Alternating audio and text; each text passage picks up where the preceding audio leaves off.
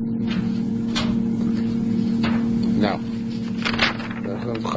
Chavim base, yeah, Chavim base. We're 2 lines after Mishnah. Tani. Hanosin bos l'chavero.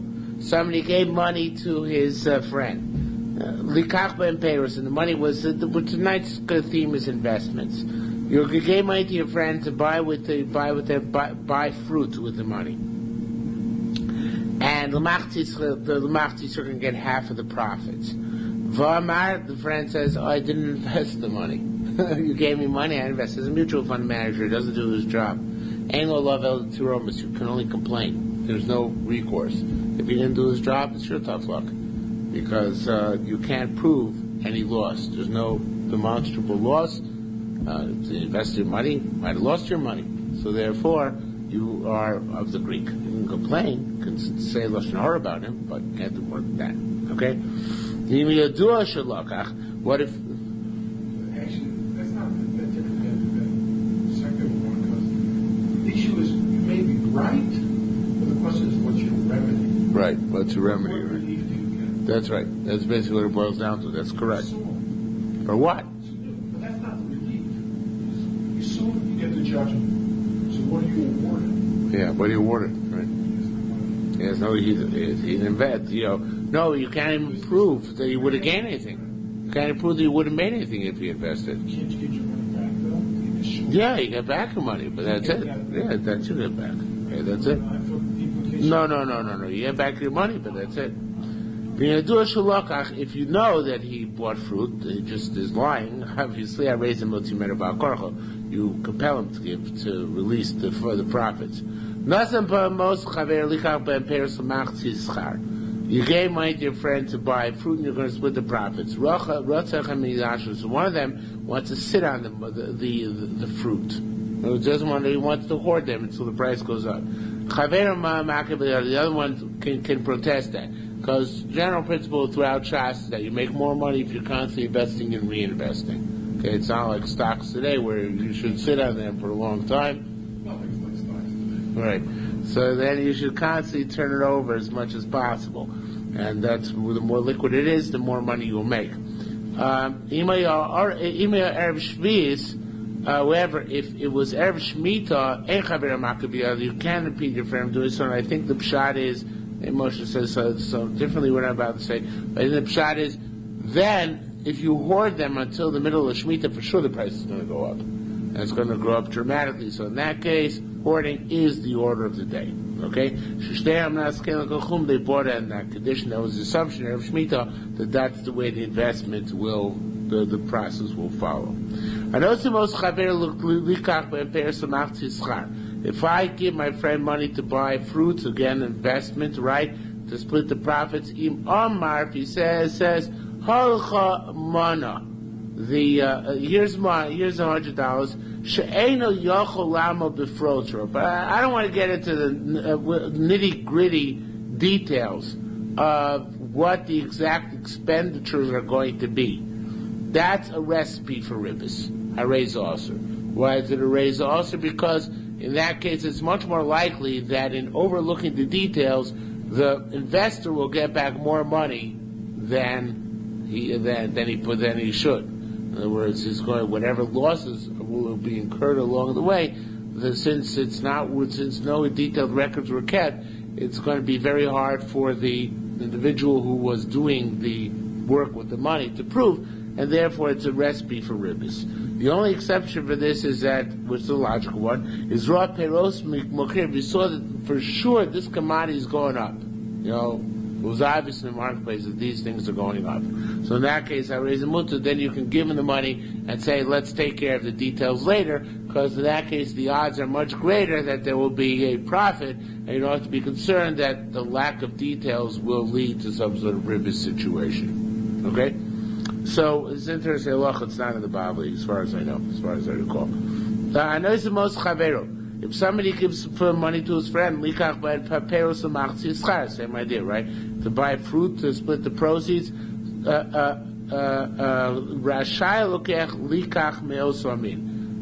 can also buy from the buyer, who's the person doing the investing, the person doing the buying, he is allowed to buy for himself also. In other words, I send you to buy, to speculate in, let's say, a contemporary possibility. I send you to speculate in software stocks, right? So we don't say, well, since I sent you with my money to be invest software stocks, you can't invest on your own because that'll give you vested interests, right? No, you're allowed to invest also in the same stock which you're buying for me in order to split the proceeds. Okay? So you're allowed to invest as well. Because he might be nogeh b'davar in terms of buying and selling at the right time. He might even hold that the having more fruit is to his advantage personally and not to the best thing by selling out when he could sell out, or vice versa. He might sell out too soon. What? Why is it a problem Oh, you mean because it's not a ribis problem? I think it's an ethical problem. I don't think it's you're right, I don't think it's a ribis problem. I'm not saying something that's absolutely ridiculous, but maybe an ethical problem that's not a halakhic problem. No, but the opposite more saying is there is a little problem. Yeah. No, it's right. It's not nosib be'amuna. I don't know if it's prosecutable, but it's not the proper thing to do. You're right. It's not necessarily a criminal act. Well, it's just not. It's not ethical. Insider trading. Like inside trading. But it's like you hear a tip. So Yeah. No, look. If there was no SEC, then inside trading would not be prohibited, right? And here too, I don't know if it's prohibited, but it's not proper. I think it is an ethical statement here. Okay. So it says the Gemara, and also when you sell out the stock, you shouldn't sell both lots simultaneously. First you sell the investment, the lot, because that should be your primary concern, and yours only afterwards. Okay? Same idea we've been talking about the rest for the whole evening. So you can invest whatever the commodity you want. However, not garments and not wood. Now, I don't know exactly why that's the case, and I don't think it's a bavli, but I guess that type of investment is not considered to be a general investment unless it's specified in the contract. It's clothing and wood, I guess, don't go up in value so much as the other fruit does. They're not seasonal, so therefore it would not be a good investment. On Rabbi Yitzchak said, Hadar, that what you said at the beginning of the evening, right? If you don't invest, it teaches us, Hamavato kis chavero. In general, if I prevent my friend from making money, I hold on to his wallet. Let's say I stole your wallet. And, okay, I'm a ganav, but I'll give back your wallet without taking anything. But in the meantime, you could have used the money to invest. Too bad. You could be upset, but you have no remedy in this case. You can't go and claim anything. There's no damages you can claim. Well, because the investment you could have made might have gone down instead of up. Right. Not made any profit. Right, exactly. And therefore we have the next halacha, which is different. If I prevent you from planting your field, chayav lishbos lo, I do have to make restitution. There is a remedy. Why? Because fields are much more likely to produce, right? So in other words, by per field, you're much more likely to produce fruit than to lose. So therefore, in that case, it's much more, their payment must be made. Yeah, the field could be flooded, there could have been drought. But it's less likely. That's what it's saying. You're right. It's possible. I guess if we saw the surrounding fields were blighted or drowned, then we would say that in Echanami. It's about a case where this field was among other fields which had grown and prospered. What's the story if somebody prevents his friend from using his boat or prevents his friend from entering the store? That's in the middle. It's not as if he has a financial investment money in your wallet, but it is iffier than your field. So the way the Yerushalmi reads in front of us doesn't say anything, doesn't resolve this question. But the Shaitar still brings on front name of somebody showing him Armalei Potter. Say Nami. Boats and stores are too speculative, and therefore there's no awarding of damages in that cases. Okay? Now the next Gemara, which is a whole Amud now, till the Mishnah, everybody has great difficulties with. Okay? Nobody has a good shot in it. Okay? So I'm going to say my own shot. Now, the initial part of the Gemara is pretty much okay, but here too, as I go along, you'll see I have to introduce some elements into the Gemara.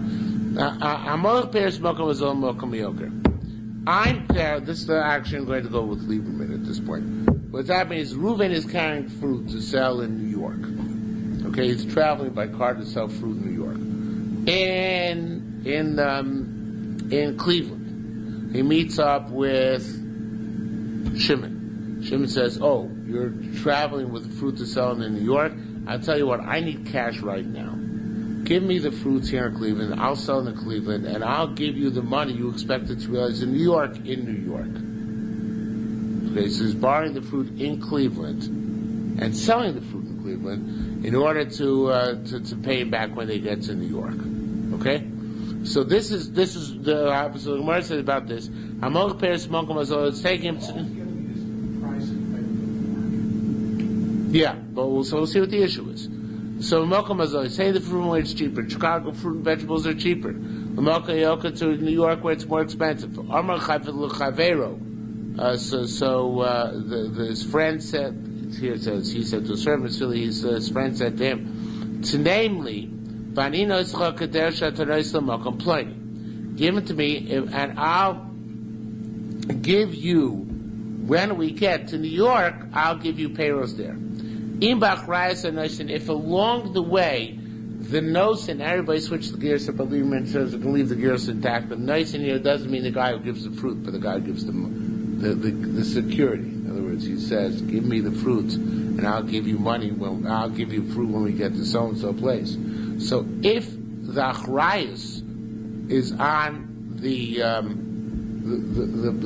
that individual, the guy who's undertaking to give fruit when they get elsewhere, or for that matter, money when they get elsewhere, whatever he's undertaking to give when they get to New York. If the achrayus on the road is his from between Cleveland and New York, so it's ribis. Why? Because he took a loan, he's going to repay the loan, and besides that, he's accepting the transportation costs. Even if he's not actually transporting anything, but he's saving the Baal Boston transportation costs and accepting that achrayus upon himself between Cleveland and New York. That's a form of ribis, right? He's taking a certain amount, even if the price doesn't go up between Cleveland and New York, he's taking a certain amount, giving back the same amount, let's say, but besides that, he's also transporting. So that's a form of ribis, right? So, if it's a guy who's giving the money in Cleveland also, that's Shimon. If it's a Reuben who's receiving the money, meaning he receives money either in Cleveland or in New York, mutter, that's okay. Because then there's no ribis, because it's just an outright loan, right? He borrowed money in Cleveland, he's paying back, either in Cleveland or New York, wherever he pays back. There's no additional service as a result. Now, Reuven is taking a package from Chicago to New York. It's not necessarily going to go up in price when it gets to New York. It just needs a package in New York. So Amalei says, Tneili, give it to me. Vani nosin l'cha, and I'm going to give you kederech. I'll give you the package. In other words, I want to sell the package now, and I'll give you the package when we get to New York. So whenever that happens, so I'll give you the corresponding package over there. So in that case as well, the halacha is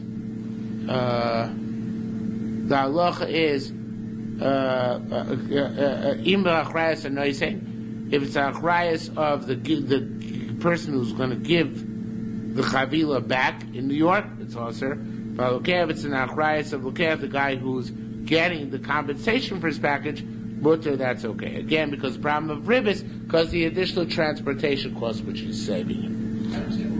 What I just don't understand factually, how is there an issue of achrayus if you have a sale taking place in Cleveland? It's not a clean sale. No, it's a loan. Shimon is selling the money to raise cash for himself, but he owes Reuven the money or the payrolls until they get to New York. Shimon's the guy in From Cleveland, they will journey together to New York. But he in Cleveland wants to sell Reuben's fruit to realize for himself cash, which he needs to raise. Do you understand it now?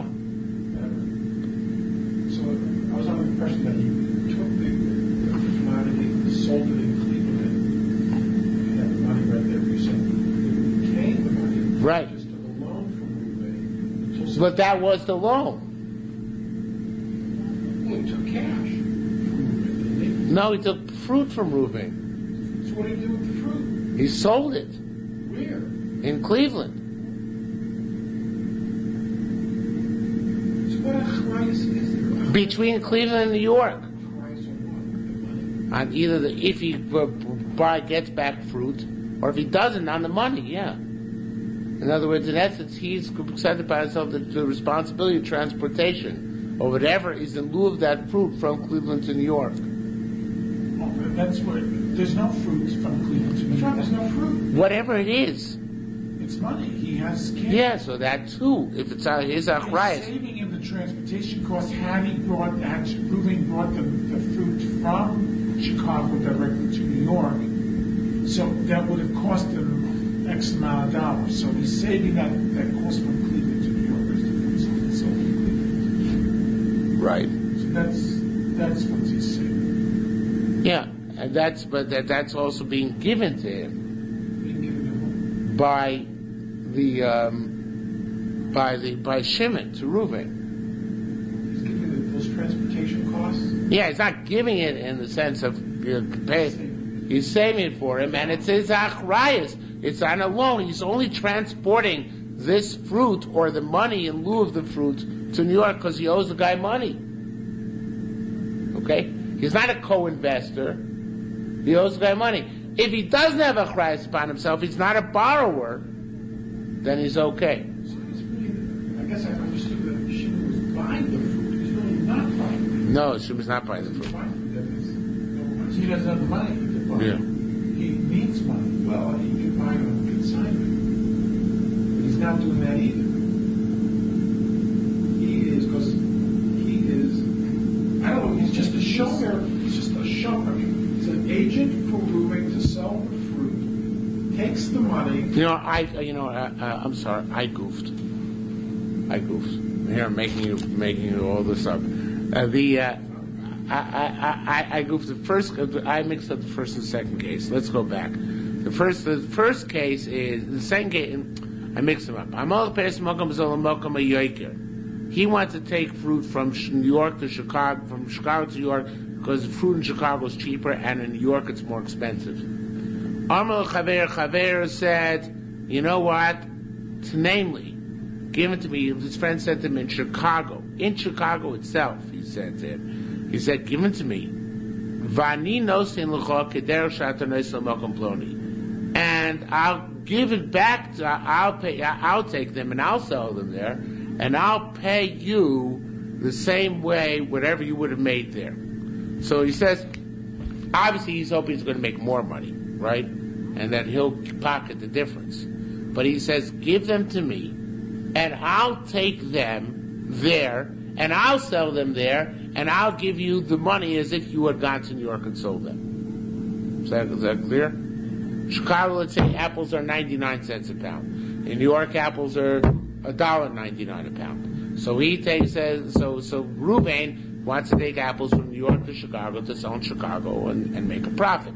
So Shimon says, you know what, I'll take the apples from New York to Chicago, from Chicago to New York, and I'll sell them in New York, and I guess he hopes he's going to make $2.99 a pound. But in any event, I'll give you what you're going to get there. So it looks like ribbis, right? Because he's taking them when they're worth 99 cents a pound here in Chicago. And he's giving back based on $1.99 in New York. So that's what Chazal say. When is that a loan?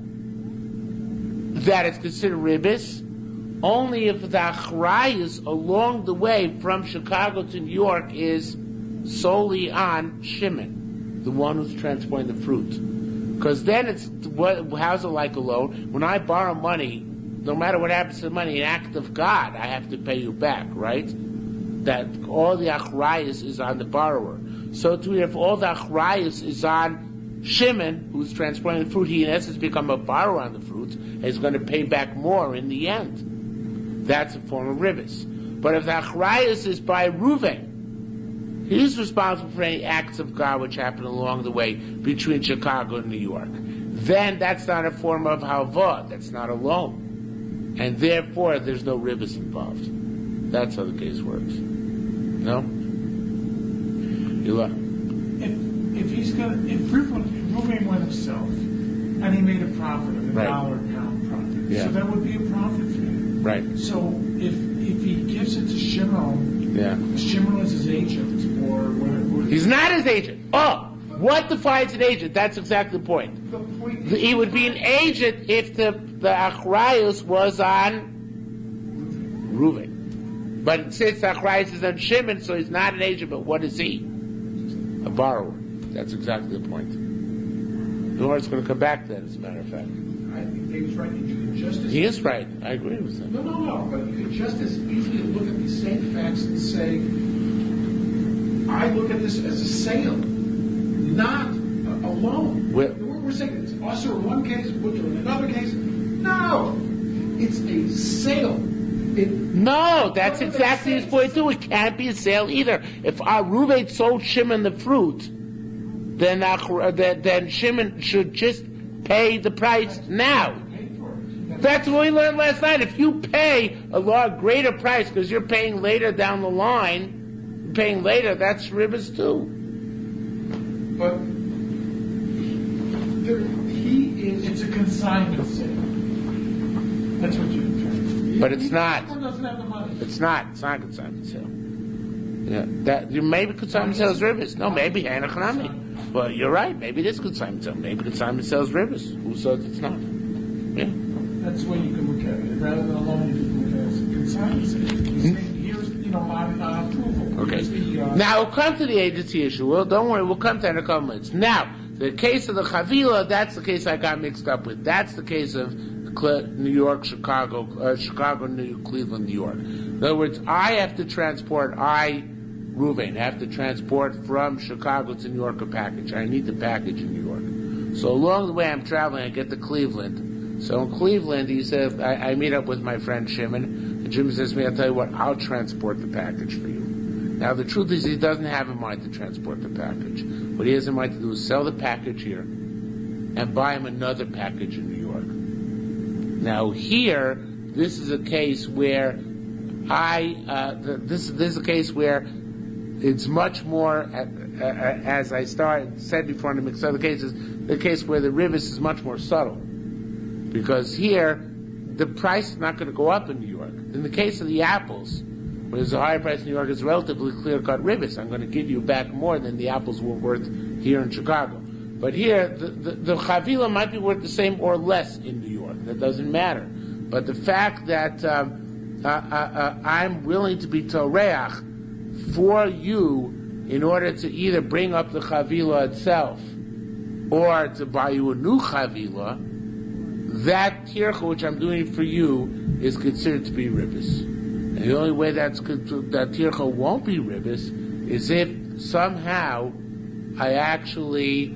am compensated for that. How am I compensated for that? By not taking achrayus on the chavila. Okay? Not taking achrayus on the derech, not taking achrayus on anything that happens. So let's say I'm transporting, for example, not the chavila itself, because I sold it to raise money in Cleveland, but I'm transporting the money from Cleveland to New York. The achrayus has to be on the balabas, on Reuven, not on Shimon. That's what I want to say here. This is a much more subtle case, a much more difficult case. But that's the case which I want to say here. I'm taken from Chicago to New York, and I meet up my friend in Cleveland, and he says, give it to me. I'll give it to you there. When we get to New York, like you would give in so-and-so in that place. Not sure what shad noisin means. I don't know what exactly it means, nosin. But like you, I think it means like you would give because you need it there. In Bachrayas and noisin osir, then it's achrayas of the guy who's going to give, which is the guy who's going to wants the package in Cleveland osir. Okay, if it's the achrayas the guy who would get the package over there when they get to New York mutter, that's okay. Because then it's just like an agent. Now, Rabbi, I want to clarify that a little bit more before we go on. An agent is a shomer, right? A shomer is always somebody who is potter on onsim, right? If he's chayav on onsim, he's a shoel. If he's a shoel by money, a shoel is called a loiva. So therefore, it's got to be potter on chayes in order not to be called a borrower. Okay? Avol, however, chamorin amkali balabatim. Now, again, as I said, here things can become very unclear. The donkeys over here, the donkey drivers, I'm going to learn a certain way, which is similar to Or Sameach, but not quite like the Or Sameach, which is the Or Sameach learns that donkey drivers are going to buy fruit. I would say donkey drivers are bringing my fruit from here, from New York to Chicago. They're truckers, right? Chamorin kali balabatim. They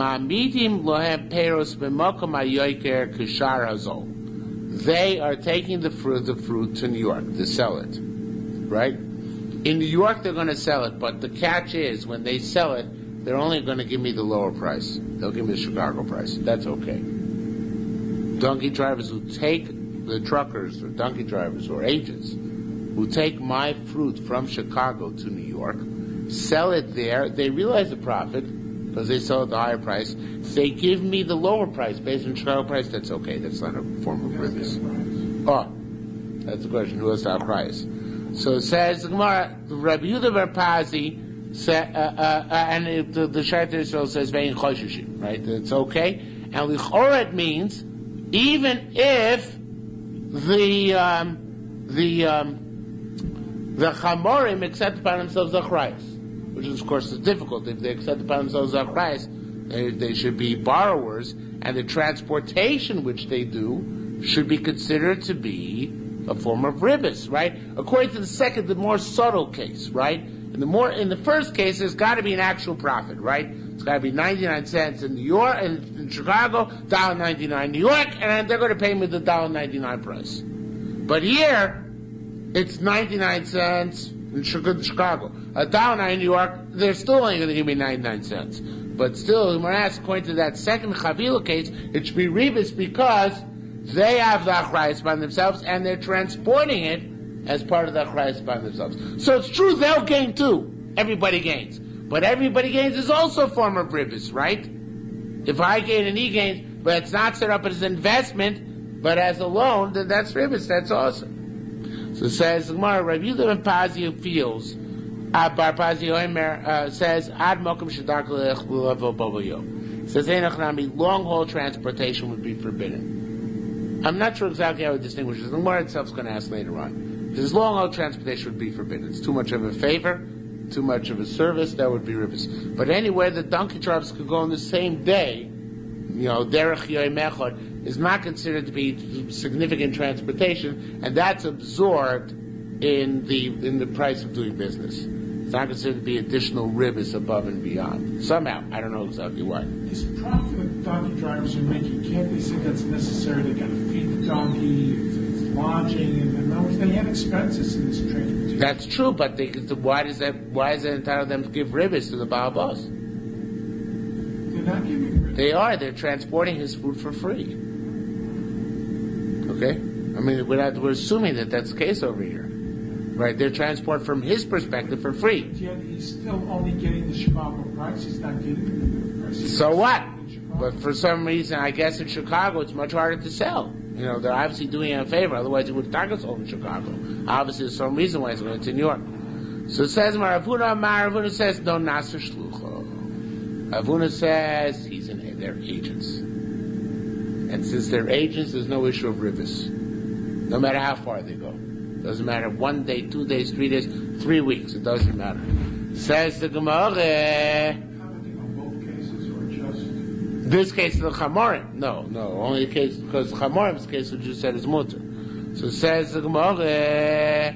V'da mesivin should be l'Rav Huna. This is what they asked for Rav Huna. They asked him a question. They said, "Shliach shenenas chayv alone sim." Do you ever find such a thing? That a shliach shenenas is chayav anointim. How can you call him a shliach?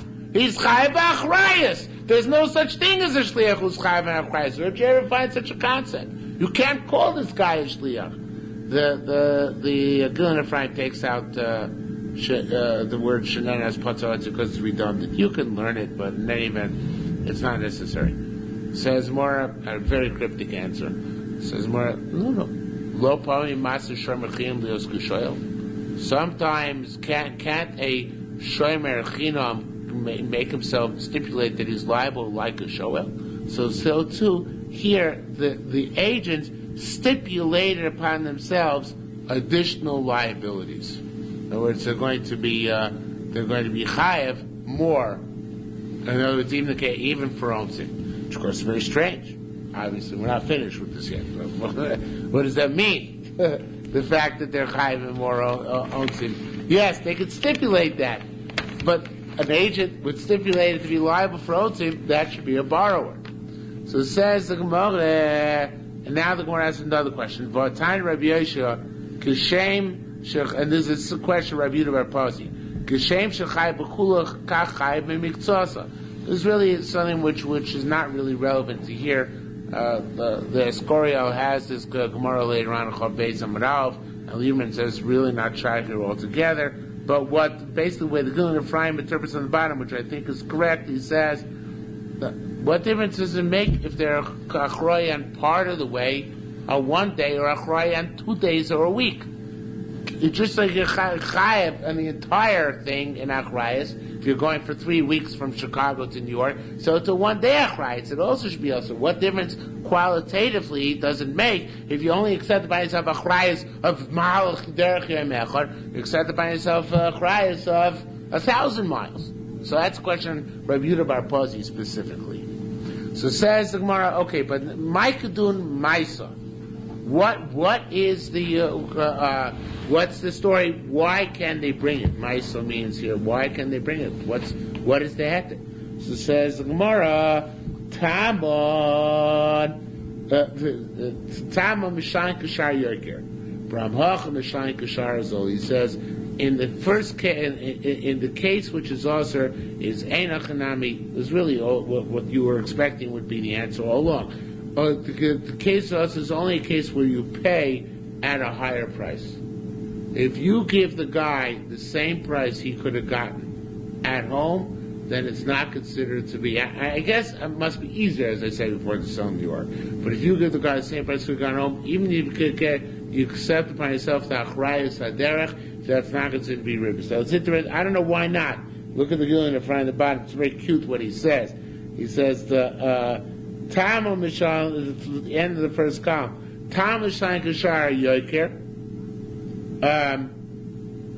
Bahavi Karibis Bramach Badir B'Chamorim Mishayin Kashar Zol V'lo Have a Ribis Kol Kach. It's not so much ribis. Even the Gilin Ephraim is bothered. No, it's a little bit ribis. It's not so much ribis. There's shus biyad Adam lahozil chefzo. There's permission granted to an individual to sell for less. And what does it mean to sell for less? Meaning that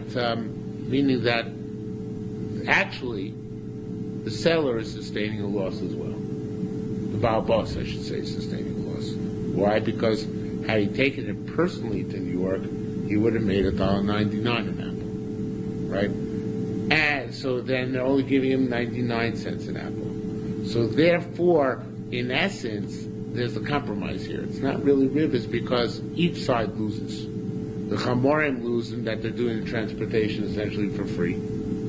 But the Baal Bus loses in that he's accepting the 99 cents at the end instead of the $1.99. So therefore, since there's kind of this compromise both sides are giving, that's not really ribis.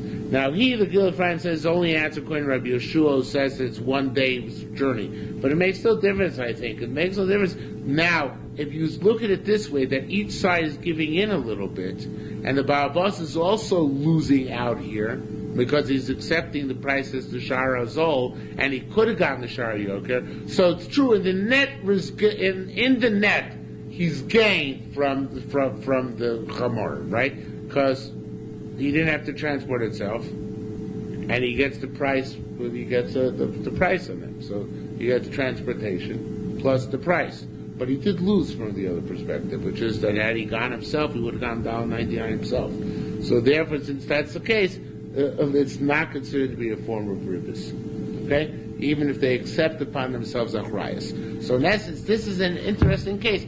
An agent can accept upon himself achrayas and still be considered an agent, like Master Shomer Chiyam Leos B'Shoel, as long as there's some loss sustained by the Baal Boss as well. And what's the loss sustained by the Baal Boss? Not an actual loss, but a lack of profit, because it's only going to get per the 99, not for the $1.99. Okay?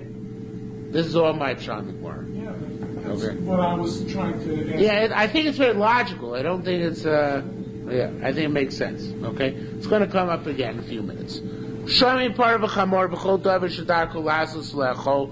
One can give out. Now, this is not really investment in the same sense as before, it's speculation, but rather it's like we have sharecropping, so you can sharecrop animals, right? I give an animal to another person who's going to raise it and use it, and he's going to give me a certain set, kickback on it, right? So shami parah chamor chol davar shedarko lechol lasos lechol, anything which produces and eats lemechza, that the production should be split 50-50. But the guy who's getting it, he provides the food. So I provide the capital, the animal. He provides the maintenance, right, the food. And we split the profits. That's the type of case we're talking about over here. Okay? That sounds good. It is. It says shaman. You could do this. A place where whenever the calves are born, you immediately split them up, then you immediately split them up. A place where the minig is that the person who received call him the maintenance man, right? It has to raise him a certain amount of times. The gadol has to raise him for that amount of time. Shilomer shamin egel al imo. You include the calf, even though the calf doesn't produce.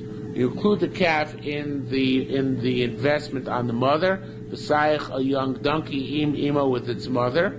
U'marfin al sadeu, and when it can increase. On the Gemara is going to explain what this increase means. In a field, ve'ena choshev shum ribis, it's not a ribis issue. Tani, we learned.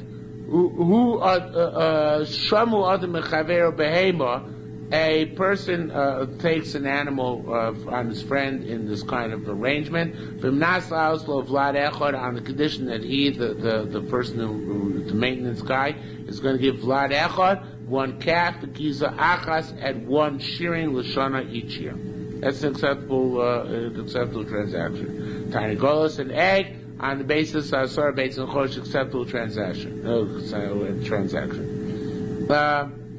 Hashama tani goes mechaverta, a woman who gets a hen from her friend, with tapels be'afroche, and she's of course the maintenance woman. With tapels be'afroche, she deals with the chicks, calls around to circulimo as long as they need their mother.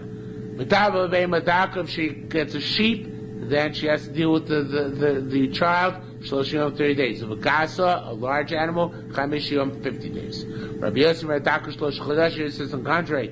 The small animal you have to be metapel longer, 3 months. Because it takes much more effort to raise a sheep than a large animal. Don't ask me why. If it's beyond those allotted months, then it's all the portion of Balabais, it all reverts to him. It should be Vashum Olav. And the reckoning is upon him, everything based on the custom of the country. Now the Gemara asks, my chelko shababais, actually I made a mistake. The chelko shababais is a new statement. After the word, no, it's not. Yetzagan chelko shababais shumaru. Mal chelko shababais shumaru shumalav. An individual gives to his friend $100, Avdin Esrin Dinoim, and it produced $20 in profit. So each guy should get $10, right? Shababais if avdun olei keren, lev keren. So let's say that do we say that the $10 of the Ba'abais now becomes the principal? In other words, it carries over from having been profit and becomes principal. So there's more no. B'nei Yonah should be lo avdin, there's Gorial and other to change gears. Even if it says B'nei Ish avdin, it would be as an astonishment. B'nei Ish avdin kain. Do you do that? No. You don't actually. At some point, say, okay, let's stop, reckon the profits, and make them part of the principal. Let's stop later, reckon the profits, every month, and make them part of the principal. Rather, elanasvin v'yavin u'b'seifa palkin. You give and take, and in the end, you divide up. Now, this is, of course, to the advantage of the recipient, right? Because if every few months they would stop, or every few days they would stop and recalculate the principal, and the principal, of course, he's responsible for, right? So then there would be a problem. But this way, he's only responsible always for the base principle, and anything afterwards is something which is profit. And he's less responsible for the profit than he is for the principle, obviously. Okay? So it's his advantage that does not be reckoned every so often. So to the with if a calf is born, right? So the calf doesn't become part and parcel of the principle. Either somehow some additional deals be worked out or reverts to Ba'abas. It doesn't become an additional part of the principle for which the recipient is automatically responsible. Okay? Hasham be'im el-chavero. Somebody who gives his friend the animal. So it's kind of repetitive this morning. How long after we topple in it? If it's an impure animal, 12 months. But if it's a human being, Eved obviously a 24 months till it's weaned. Period.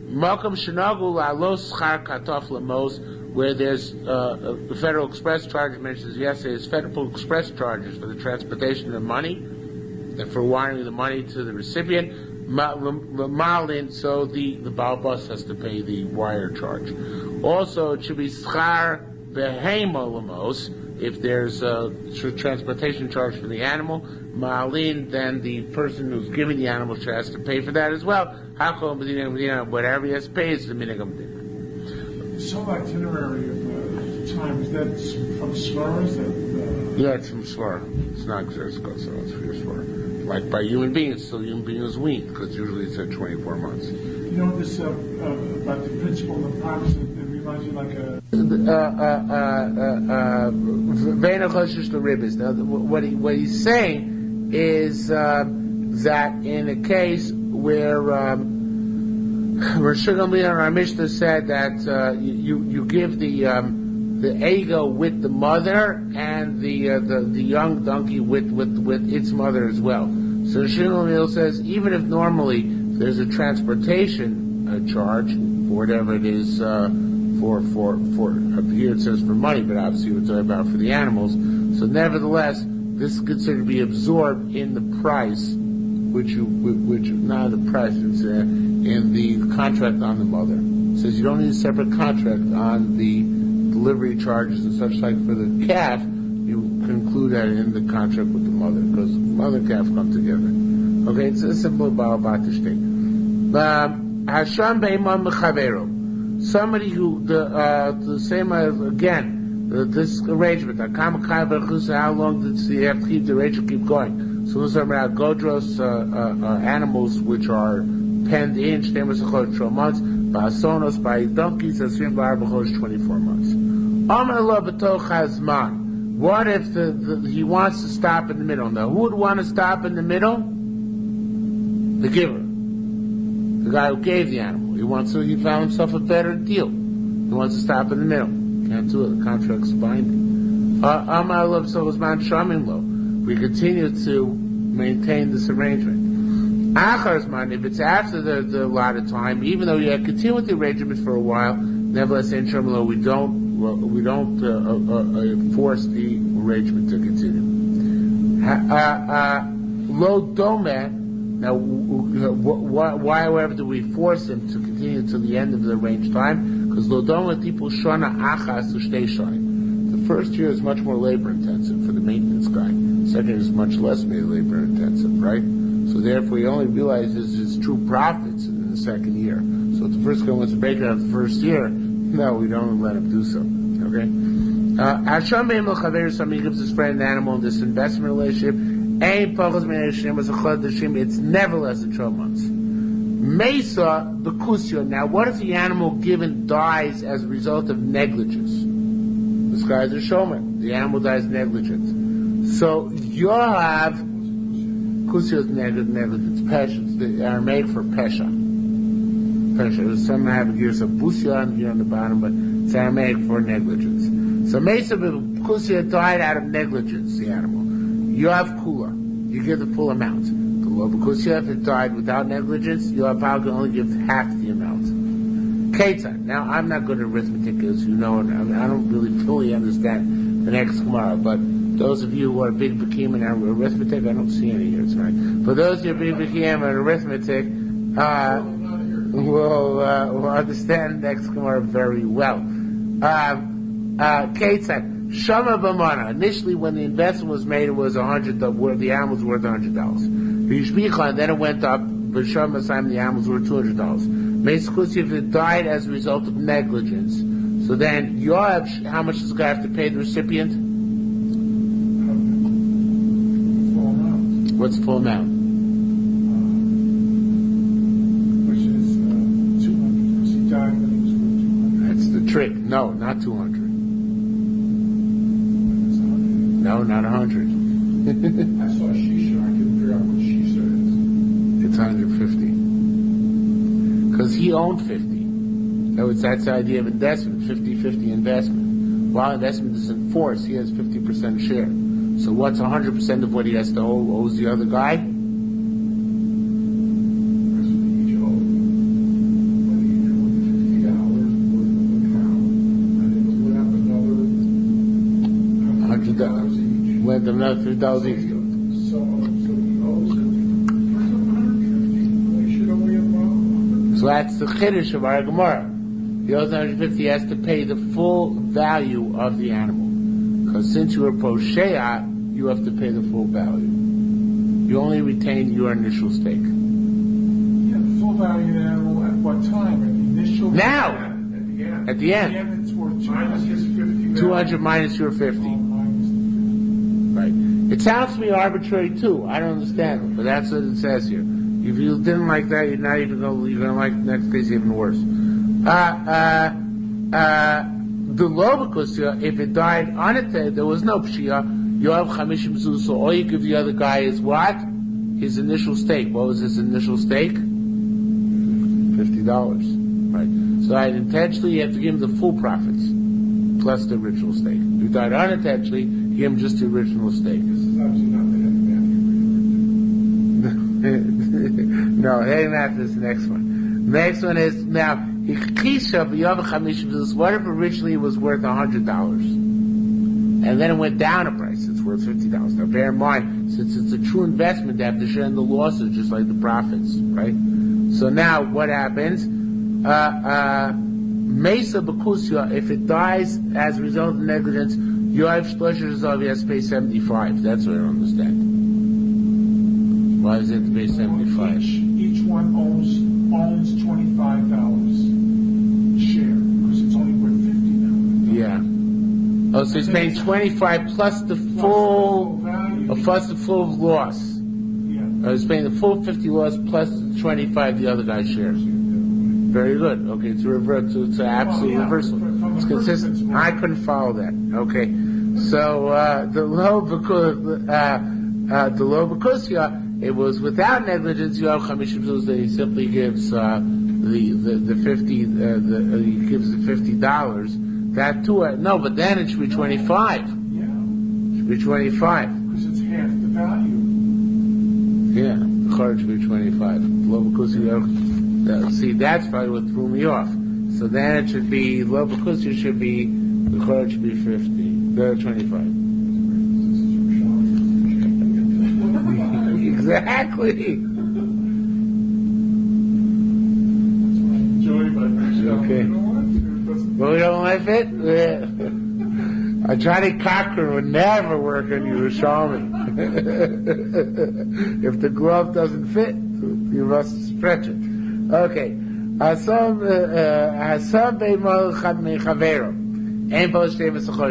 also on the recipient. The recipient can't take it for less than 12 months. He's got to take it for all 12 months.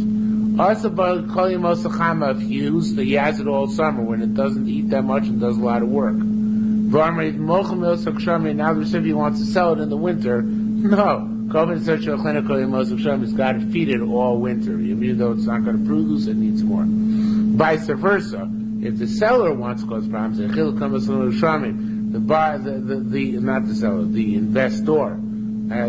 wants to cause problems, because the maintenance guy gave it to you all winter when it didn't do very much and ate a lot. Now the investor wants to sell it in the summer.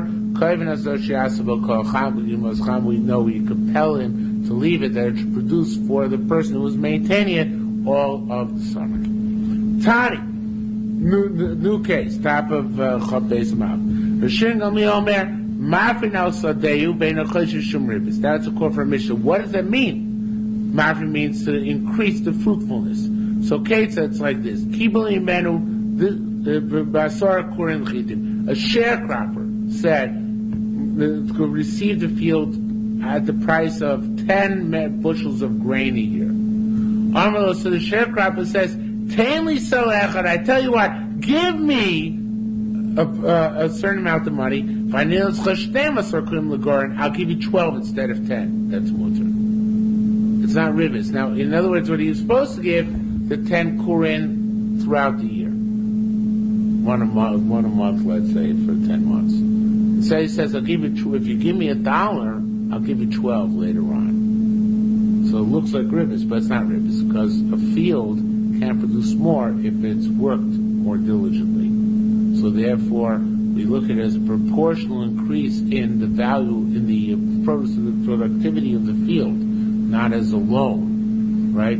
Just say he wasn't willing to produce productivity unless he got something for it. What he wanted to get for it? He got the $1. So the $1 is payment for increased productivity. It's not a loan to be paid with a greater sum later down the line. Okay? But it's very similar to the rent. The Gemara is going to make that similarity. So it says the Gemara, Rabbi Yochanan, why because sawdust can become more fruitful. Reish Lakish Amar Nasa Kamaskilo Soda Biyoker. Reish Lakish says like you, that just like I say, if you pay me the rental now, it's $10, but later on it's $12. So here, in essence, it become like a higher rental for the sharecropping. What's the nafkamina between these two approaches? Chanusu Sfina, a store or a boat. Now I'm going to change the Yerushalmi here like the Shai Teres does, even though nobody else does, but to me it was obvious the moment I saw it that you have to change the Yerushalmi. It says because the field gets blessed, should be a mafia Chanusu It doesn't apply to boats and ships. They don't have greater enhanced productivity. Madam Anaska Masu Soda Biyokum says that it's as if we charge a higher rental, and Chanus Sfina should be my friend. Same thing, you could charge higher rentals for the use thereof. Rabbi Yaakov said, Befeigish Pligay, they argue explicitly. Rabbi Yochanan should be again ein mafrin Chanus Sfina, you can't increase there. Shlosh mafrin you can. Mastis.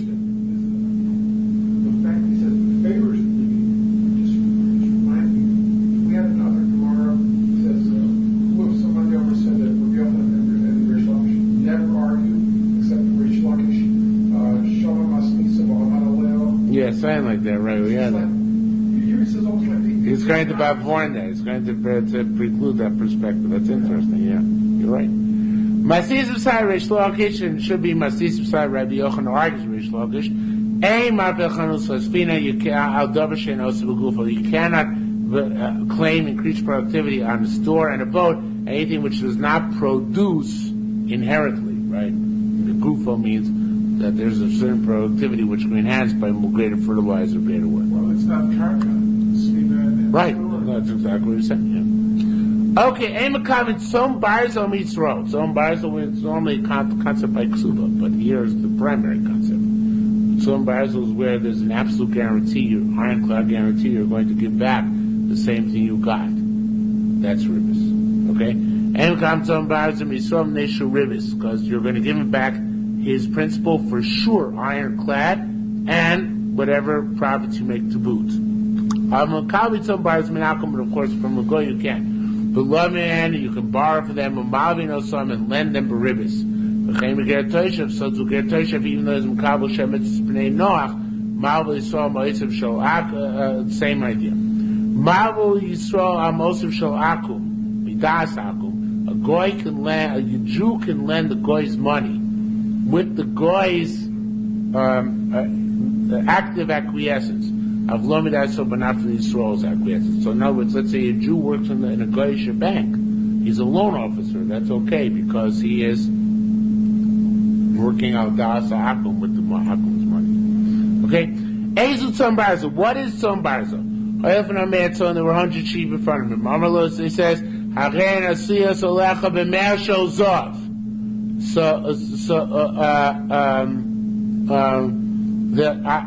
You owe me these sheep, and in lieu of the sheep, $100. Vladon v'chelbon v'gizason, whatever children they have, whatever milk they produce, whatever shearings they produce, shachar, they're yours. But in Mesu, if they die, Adchai Baruch you're liable of their responsibility. Ve'at maleli, and you're going to give me selah shel kol achas v'achas mishalcha. You're giving me $1 on each one a year, right? Bachroina achroser. If this is what happens, I'm not sure exactly what achroina means, but this is the case, the last case scenario. So then that is a problem. Okay. Says the Gemara.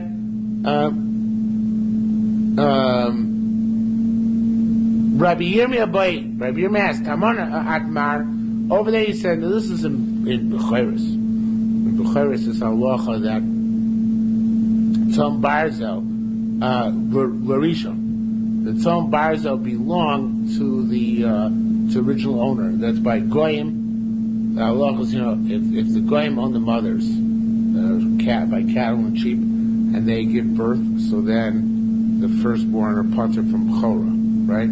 So there it says that Tzom Barzel, it seems it's really the achrayus is on if the mothers own the sheep, and the Yisrael's going to own the mother sheep, and the Yisrael's going to own the fetuses. It's still considered to be below, in essence, the lenders. I mean, not the lenders, the goy owners. What essence like this? I'm not making this clear because I don't really understand it myself. But in essence, what's happening is that the Yisrael is getting the mothers and grazing them on the condition that he gets the flodos. So they're exempt from b'choira, right? It's like a sharecropper. It was like a sharecropper with sheep. Yaakov 11. That's good point. Right, same idea. So in that case, we say that the sheep are still considered to belong to to goy, right? Sometimes you should have caught them on the sheni. Here it seems like you're considering the sheep to be on loan, because otherwise when you bring rivets to the borrowers. So what's its contradiction, right? It says Talmud Shikon LaRishon. There we really what we really mean is that the mothers are belong to the goyim, and we want them to belong to the goyim, and all these Yisrael is doing is getting a portion in the vlados and raise them, but he certainly doesn't want to own them, and he doesn't own the mothers, right? So there, it's we attribute it still to the goyim. But here, Ikar Lasheni, the first guy, he doesn't want anything to do with them. He just wants to be ensured that no loss will occur, and therefore, and Vlad Lasheni and the children, of course, also are outright. He said he gives to the second person, right? He gives to the recipient. Vlad and So therefore here, it's much more of a case of where the achrayus is on the second person. All right, I'm not sure I understand that. I'm not exactly happy with that, but I don't want to spend time on it. Rabbi Yirmiyah asks like this. Now everybody goes crazy on this. Nobody knows what he's asking. Nobody knows what he's asking. Nobody knows what he's answering. Everybody goes nuts on this one. Rabbi Yirmiyah says it sounds a little bit like the Mechamayim, but the Skoriel is a whole passage here which is not in the Yerushalmi, and with that, many things become somewhat clearer. So Rabbi Yirmiyah, the question is, we said yesterday that a nosei schar can accept the onsim as long as you pay him, right? As long as you give him a certain sum, the agent can accept upon himself the achrayus. That's okay. But here he's saying, we call it the mar nosei schar chayav onsim. I'm sorry, you call it the mar nosei schar chayav onsim also. That's our case, right? In the other case over there, right? Taman and Kah very often get mixed up. The Yerushalmi is no. The other case over there, at Mar Nosei Socher Chayav Onsi Mutter. Back on that Chafah and Beis, you say it's okay. What's a contradiction? Says more. First of all, Lo Pamim Shemas Asher Mechinam Lios Kashoel. Sometimes Asher Mechinam can make himself like a shoel. Now we had that earlier, the end of Chafah, but here it's in a different context. What it means here is that if you change the agency, that's okay. You change the agency, that's fine. And you change the agency over there because they're the agent receiving payment for his services from the Baal Bus. Here the agent's not receiving payment. Yes, he's getting gizos on chelbon, but that's not payment. That's automatic enhancement. It's not payment. So that's what makes it all the difference. So now the Gemara throws in over here, according to the Eskorial, the top of Chafaf on base. Again. Okay? Now the Gemara asks, for Tani Rabbi Yosha, go back to the top of Chafaf on base. For Tani Rabbi Yosha, Kishem Shayoike, Chai V'kulakar Chai Miktsasa, which here would mean, if you're liable to any part of that Chai, it should be also. Right? What difference does it make if he pays you $2 for his wages? If you're liable a little, it's like you're liable a lot. It doesn't matter. As long as you have any liability, you're really a borrower, and therefore you're paying back ribbis. So what difference does it make if it's a partial liability, a complete liability? So it says Gemara, Maikadun, same thing. Maikadun Maisa.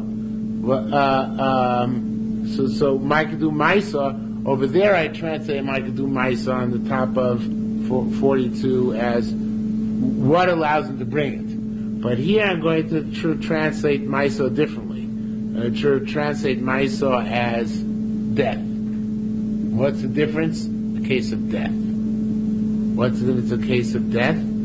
Tama Mishlan Kushar Yoke Bramhoch Mishlan Kushar Zol. It depends what you pay if the animal dies. If you pay when the animal dies, that a lower price, right? Then that's okay, because then you're getting paid for your agency and you don't have full achrayus. But if you're having to pay when the animal dies, the fullest possible price, then that's so barzel. Even if you're getting paid. Because there's no discount in achrayus. So actually, what I'm saying is a very big chiddush, and I don't even know if it's right, of course, because I don't know if that Skoriel's manuscript is correct. I don't know if what I'm saying is correct. I'm interpreting the same lines differently over here than I interpret over there, but it's cute and it makes sense logically. In other words, it all depends on if there's. It's true if you have a full achrayus on even a component of this tzom bar arrangement, that would be no good. But what's happening is here is in a case where you have a suppressed achrayus, plus you're getting paid, that's okay. That was the case back on Chafan base. If when the animal dies, you don't have to pay the full value, you pay less than the full value, or shara zol. And you're also getting paid, that's okay. But if like over here where the guy says, at the beginning of the translation, And obviously the expression Me'er Shazov means you have full achrayus and even perhaps a little bit beyond that. But in this case, since there's no suppression of the achrayus whatsoever, and there are no wages besides, in this case it's certainly also. Okay? I'm getting perplexed looks.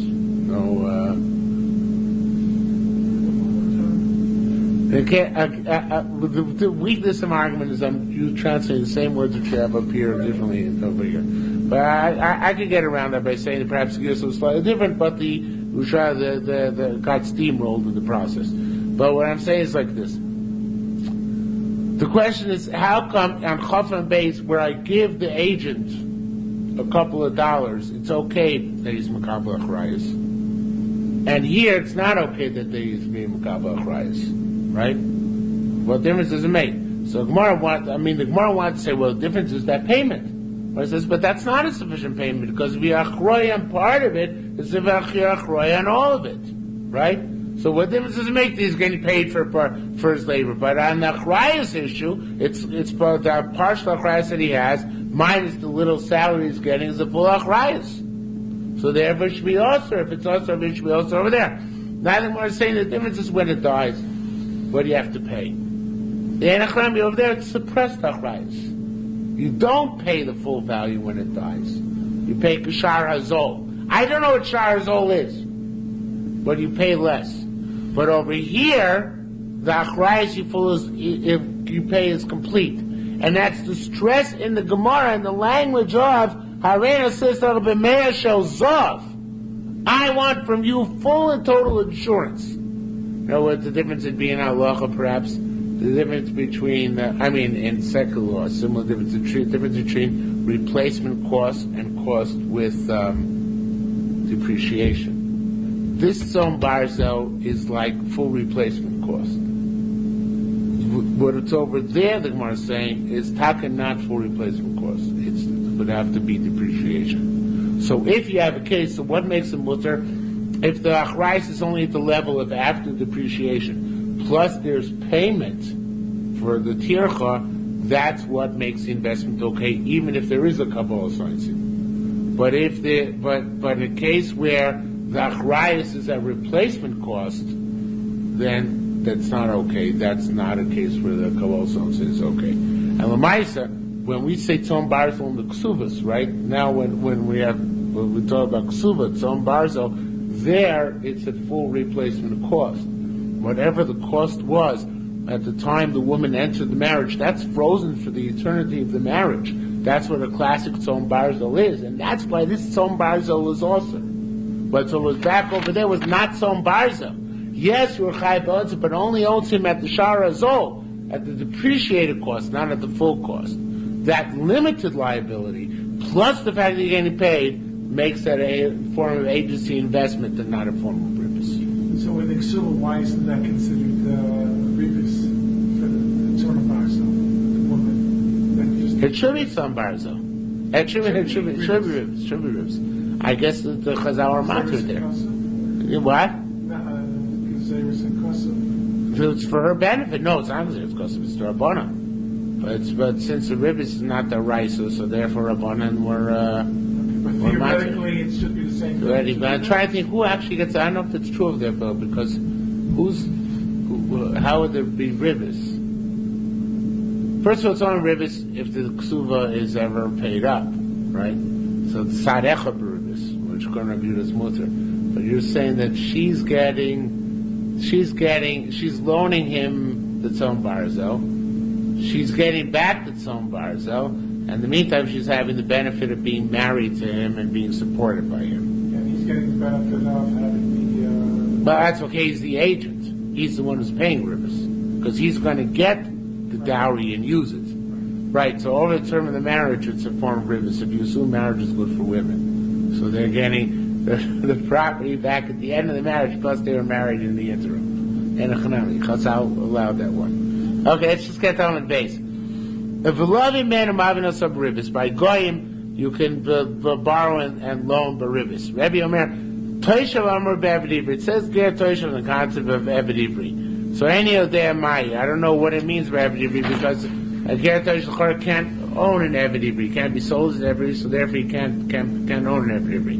This is totally out of the context where I want. Also, ger, but should be ger toisha pnei Moshe chayin harmer ribs ain't it ativo. It sounds like you can't take ribs on ger toisha, but no, you can't. We know you can. Maviso mos aku midas aku.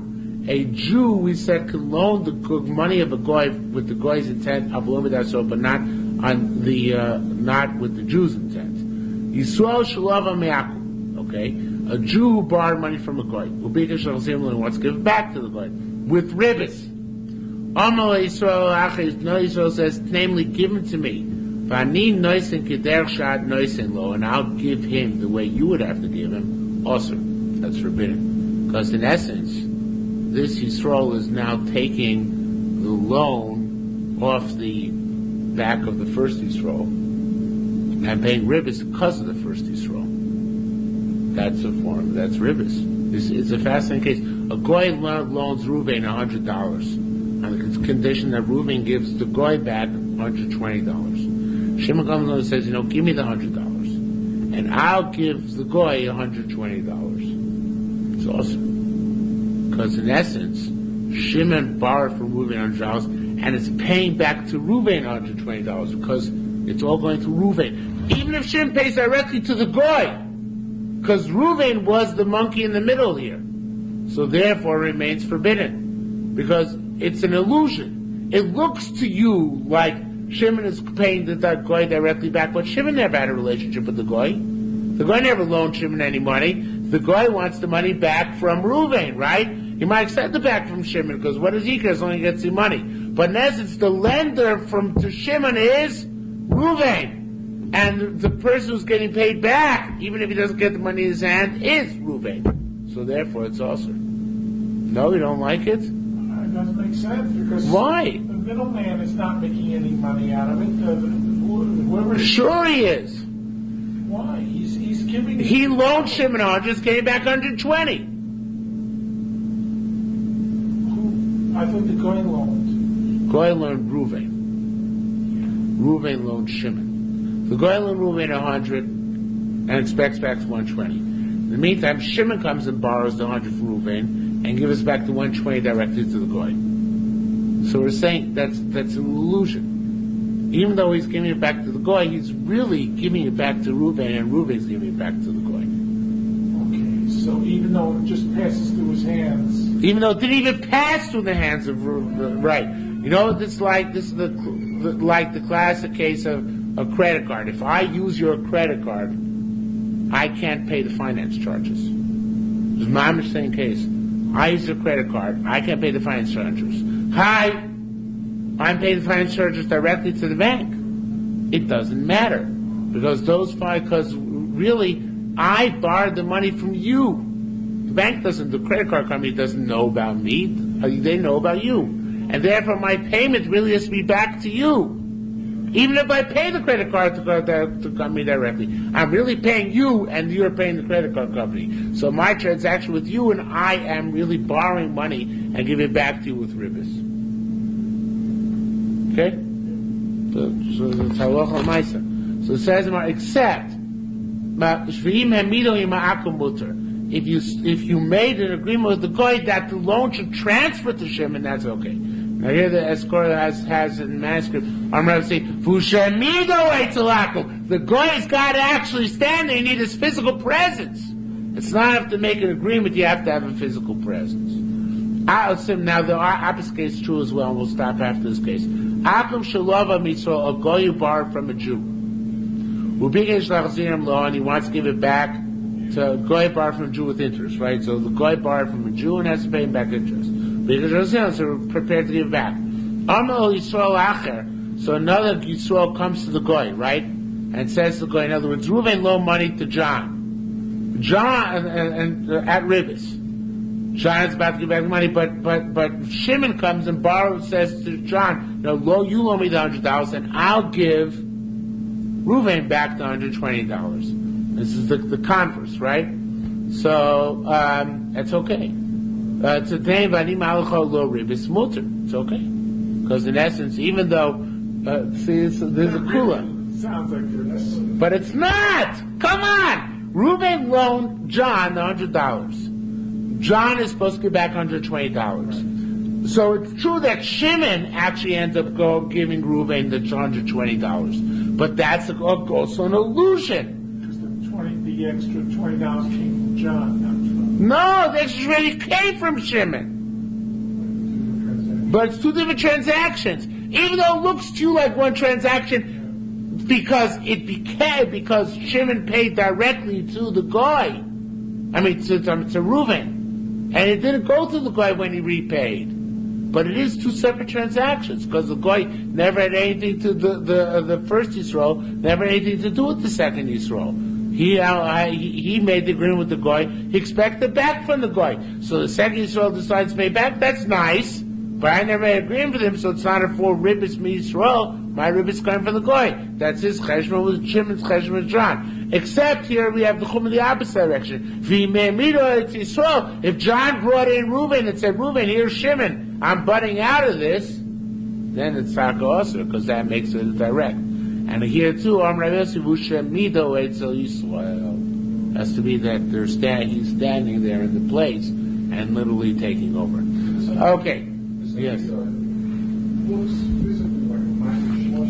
It is like a Maimed Shloshim, right. And Maimed Shloshim has to be actual Maimed Shloshim. It's a good tushta, I wouldn't even think of that. Maimed Shloshim, they actually all have to be there for a loan to transfer.